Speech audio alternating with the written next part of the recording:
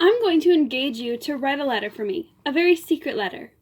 But now I can see that you don't like me, and that to ask you to write a letter would be as good as reading it aloud in all the wine shops.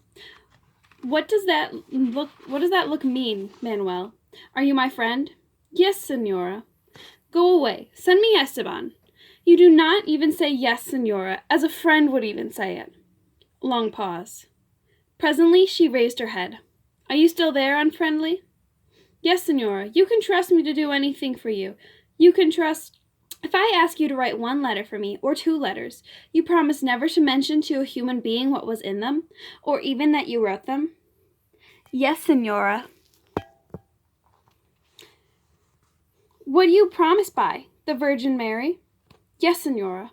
And by the heart of the Saint Rose of Lima? Yes, Senora. Name the name, Manuel.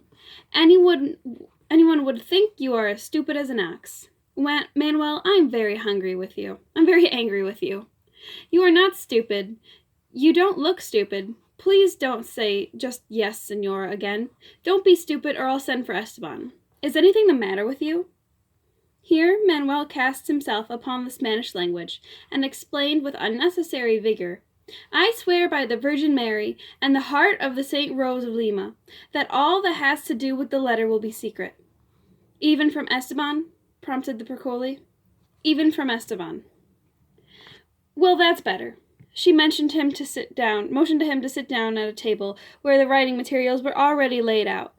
As she dictated, she strode out the room, frowning, swinging her hips, with her arms akimbo. She hugged her shawl about her shoulders defiantly. Camelia Procoli kisses the hand of your Excellency and says, No, take another piece of paper and begin again. The Senora Mercedes Villegas, artist, kisses the hands of your Excellency and says that, being the victim of envious and lying friends, that Y.E.'s goodness permits about him, she can no longer enjoy Y.E.'s suspicions and jealousy. Y.E.'s servants has always been valued Y.E.'s friendship. He has never again committed or even thought an offense against it. But she can no longer fight against the companies that Y.E. believes so readily. Senora Villegas, artist, card Procoli, therefore returns herewith such Y.E.'s gifts as has not been placed beyond recall. Since without Y.E.'s confidence, Y.E.'s servants can no longer take pleasure in them. Camilla continued walking about the room for several minutes, consumed by her thoughts. Presently, without so much as glancing at her secretary, she commanded, Take another leaf. Have you gone mad? Do you not ever think of dedicating another bull to me again? It has caused a frightful war. Heaven protect you, my colt. Friday night, the same place, the same time. I may be a little late, for a fox is wide awake. That will be all. Manuel rose. You swear you have made no errors? Yes, I swear. There is your money. Manuel took the money. I shall want you to write me more letters from time to time. My Uncle Pio generally writes my letters. These I do not wish him to know about. Good night. Go with God. Go with God. Manuel descended the stairs and stood for a long time among the trees, not thinking, not moving. Esteban knew that his brother was continually brooding over the Procoli, but he never suspected that he saw her. From time to time during the next 2 months, a small boy would approach him in great haste and ask where he, Manuel, or Esteban, and being informed that he was only Esteban, the boy would add that Manuel was wanted at the theater. Esteban assumed that the call was for the copyist's work, and therefore utterly unprepared for a visit that they had received one night in their room. It was almost midnight. Esteban had gone to bed, and lay gazing out from under the blanket, at which a candle beside his brother was working. There was a light tap at the door, and Manuel opened to admit a lady heavily veiled. Out of breath and nervous, she threw back the scarf from her face and said hurriedly, Quick, ink and paper.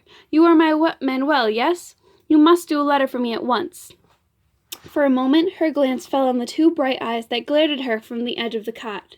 She murmured, You must excuse me. I know it is late. It was unnecessary. I must come. Then turning to Manuel, she whispered into his ear, Write this. I, the Procole, am not accustomed to wait at the rendezvous. Have you finished that? You are only a Cole, and there are better matadors than you, even in Lima.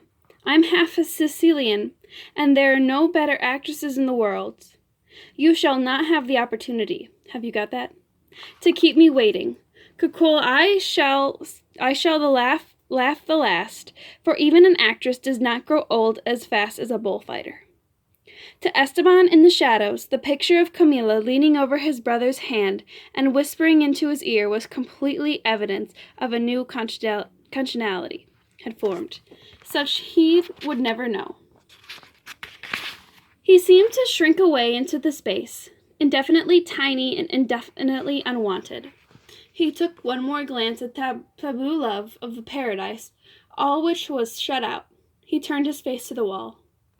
Camila seized the note the moment it was done, pushed a coin along the table, and in the last flurry of black lace, scarlet beads, and excited whispers, left the room. Manuel turned from the door with his candle. He sat down, put his hand over his ears, his elbows on his knees. He worshipped her. He murmured to himself over and over again that he worshipped her, making the sound of a sort of incantation an obstacle to thought. He emptied his mind of everything but a sing-song, and it was the vacancy that this permitted to him to become aware of Esteban's mood. He seemed to hear a voice that proceeded from the shadows, saying, "Go, follow her, Manuel, don't stay here. You'll be happy. There's room for us all in the world." Then the realization became even more intense when he received a mental image of Esteban going a long way off and saying goodbye as many times as he went. He was filled with terror. By the light of it, he saw that the other attachments in the world were shadows, or the illusions of fever. Even Madre Maria di Pilar, even the Procole. He could not understand why Esteban's misery should present itself as demanding a choice between him and the Procole. But he could understand Esteban's misery as misery, and at once he sacrificed everything to it.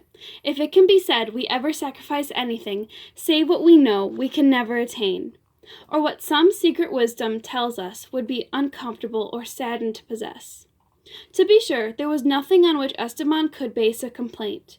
It was not jealousy, for in their earlier affairs it had never occurred to either of them that their loyalty to one or another had been diminished. It was merely that in the heart of one of them that there had left room for an elaborate imaginative attachment, and in the heart of the other there was not. Manuel could not quite understand this, and as we shall see, he nourished a dim sense of being accused unjustly. But he did not understand that Esteban was suffering.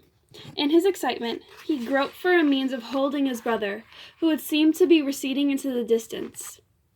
At once, in a one unhesitating stroke of the will, he removed the Procole from his heart. He blew out the candle and lay down on his bed. He was trembling. He said aloud, with exaggerated casualness, "Well, that's the last letter I write for that woman. She can go find a panderer somewhere else. If she ever calls here or sends for me when I am out, tell her so. Make it plain. That's the last I'll have to do with her." And with that he began reciting his evening poem aloud. He had even hardly reached a sagata volte in die when he became aware that Esteban had risen and was lighting a candle. "What's the matter?" he asked. "I'm going for a walk," replied Esteban somberly, fastening his belt. After a moment he broke out with an assumption of anger. "You don't have to say what you just said for me. I don't care whether you write her letters or not. You don't have to change for me. I haven't anything to do with that.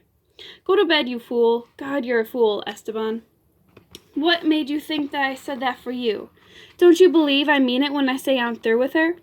Do you think I want to write any more of her dirty letters and get paid for them like that?" "It's all right. You love her. You don't have to change because of me." "Love her? Love her? You're crazy, Esteban. How could I love her? What chance would there be for me? Do you suppose she'd give me those letters to write if there were any chance? Do you suppose she'd push a penny across the table every time? You're crazy, Esteban. That's all." There was a long pause.